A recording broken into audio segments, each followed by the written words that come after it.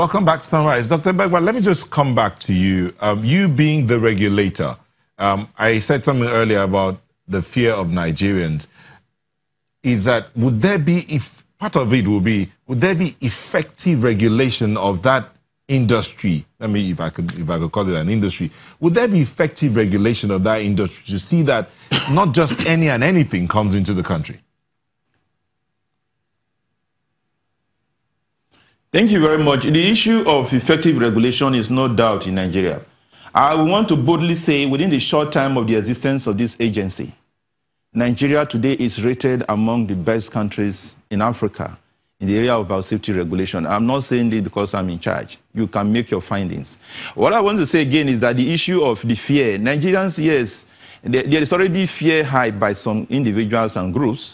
So the fear is there in the air. And I think all Nigerians need to know, to do is to continue to believe that there's an agency to protect them from any potential harm resulting from the use of genetically modified organisms.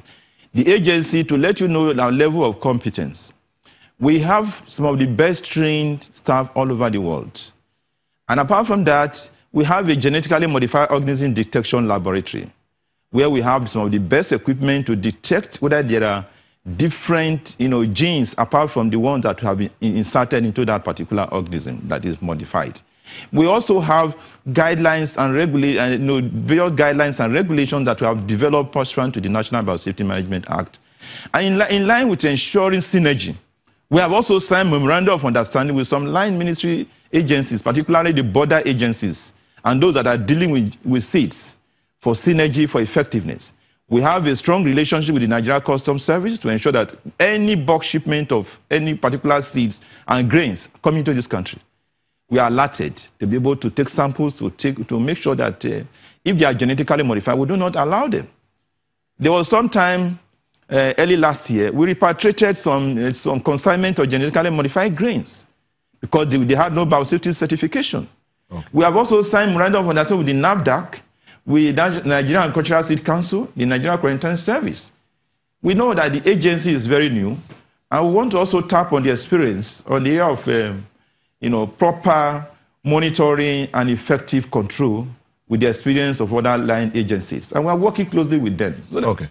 All right, thank you, Dr. Begwa. Let's bring in Dr. Nimo Bassi, who is an environmentalist. And Dr. Bassi, this matter is something that you have talked about over and over for quite a while.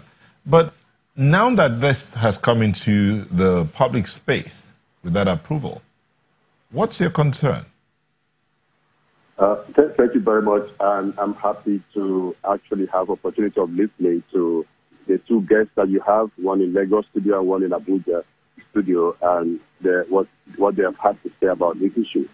Now, first and foremost, the gene used to modify the beans that is being approved and the method utilized is because this is the first approval anywhere in the world for this kind of genetically engineered beans.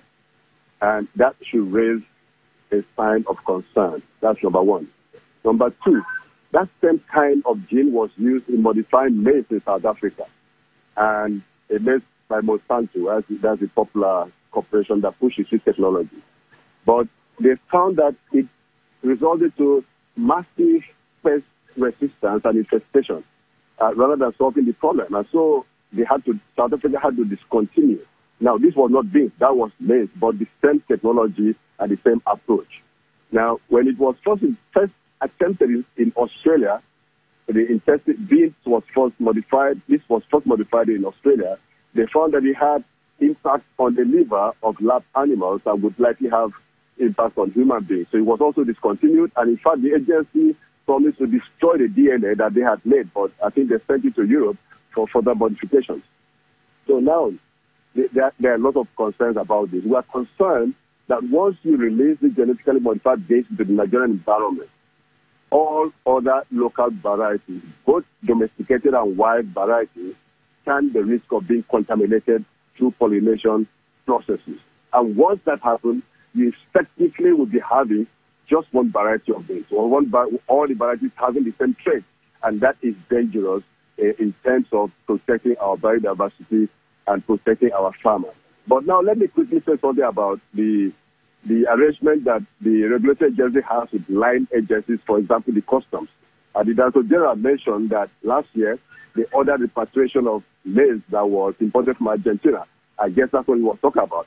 But within the same time that this was making the rounds in the news media, the same agency received application from the corporation, the company that they had ordered to repatriate the maize and issued approvals. While Nigerians were screaming, the media was talking about it, it went to the National Assembly, they approved that same maize that they have said should be repatriated. So the issue of saying we ask for repatriation doesn't in any way show seriousness in terms of actually stopping. So it appears to some of us that what the agency is more interested in is people coming to them and say, this one we want to bring into Nigeria. As far as they tell them about it, they say, okay, bring it in. Pay the fee, bring it in. This appears to me to be more like what they're doing. And in fact, the agency they've developed a number of regulations which we should actually applaud them for. For example, before anybody imports whole grains or products in the country, it ought to have a prior approval from NAFDAC. With regard to that particular maize that they ordered to be repatriated and eventually approved, before they approved, we sent a letter to NAFDAC asking them, did anybody take the opinion? Do you endorse this before this was approved? And they said they would never. They sent us a letter, we have the letter, that they were never in the picture. So Nigerians have a lot of reasons to worry about the manner by which GMOs are invading our country and by the manner through which they are being regulated. We are not convinced that we have the best security in this direction. All right, thank you. Dr. Dedich. Thank you. Just like Mr. Bassi just said, we have reasons to be fearful of GMO in our market. And the reason is very simple. In the countries where technologies like these are developed, they need to be able to verify over time what the long-term effect of some of these things are when consumed. We don't want to be used as the guinea pig of that experiment. That is one of the legitimate fears that people here have. Secondly, what we are bringing into the market, it is good enough to say that they will solve a problem. But in solving a problem, have you checked whether you are creating a new problem? Second legitimate fear that people have. The third is, can we as a nation boast that we have both the skill and the resources to be able to investigate and assure the nation about the safety of this material? That's another legitimate fear.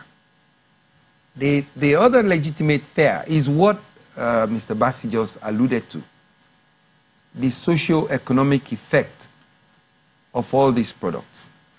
Will they compete and effectively take out of the market what we have that is existing here naturally? Will the GMOs lead to the extinction of what exists here naturally? That's a legitimate fear too. So it is not just an issue of the success of preventing